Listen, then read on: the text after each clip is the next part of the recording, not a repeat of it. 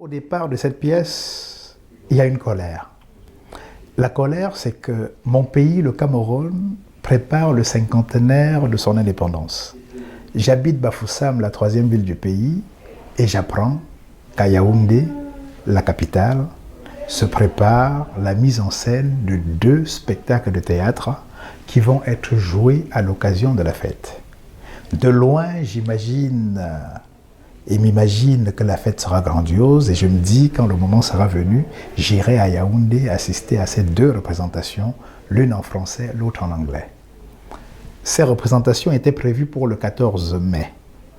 Sauf que le 27 avril, à peu près 2 semaines et demie plus tôt, Wake Foguin, qui est le comédien avec lequel je dirige une petite compagnie dans la ville de Bafoussam où j'habite, reçoit un appel venant de la capitale, lui disant qu'on le convie à venir jouer dans une pièce dont les répétitions vont commencer le 1er mai pour une représentation le 14 mai. Et pourquoi donc? Parce qu'à l'approche de la fête du cinquantenaire, une commission a été mise en place par la présidence de la République pour s'assurer que les 2 pièces en répétition sont dignes d'être vues par le chef de l'État. La commission, après visionnage, estime que ni l'une ni l'autre pièce ne peut être visionnée par le chef de l'État, dont il faut trouver une solution. Et un membre de la commission se propose d'écrire en 3 jours une pièce et on rassemble rapidement les comédiens pour répéter en 13 jours le spectacle qu'on va présenter le 14 mai.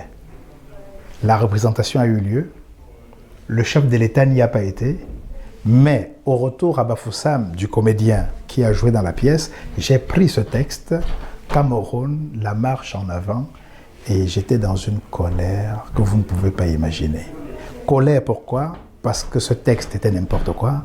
Ce texte faisait croire que l'artisan de notre pays, le Cameroun, était le président en exercice, ce qui est complètement faux. Et ce spectacle donnait de l'eau au moulin de la parole d'un universitaire camerounais qui par ailleurs est ministre, qui a osé dire à une chaîne de télévision que nous, Camerounais, sommes les créatures de Paul Biya. Alors j'ai eu envie de donner une réponse à ça, surtout apaiser ma colère, parce que j'imagine la fête des indépendances comme une fête populaire. Or, la situation camerounaise est un peu différente de celle des autres pays d'Afrique francophone au sud du Sahara. Dans mon pays, des nationalistes se sont battus pour l'indépendance. Il y a eu une guerre d'indépendance qui, jusqu'ici, est ignorée par la plupart des personnes, aussi bien en France qu'au Cameroun. Et je n'imagine pas une célébration de la fête de l'indépendance qui ne soit en même temps commémoration de tous ceux et celles qui se sont battus pour que cette indépendance puisse avoir lieu. J'ai eu envie de célébrer ces personnes-là, mais en donnant la parole à ceux qui, parce qu'ils ne parlent pas, on a l'impression qu'ils n'ont rien à dire, à savoir les gens du petit peuple. Ça a été l'origine de l'écriture de Nuit de veille. Et j'ai imaginé Nuit de veille dans une forme théâtrale dans laquelle ce petit peuple se retrouve. Les palabres coutumières, ces petites gens savent ce que c'est. Les veillées, elles savent ce que c'est.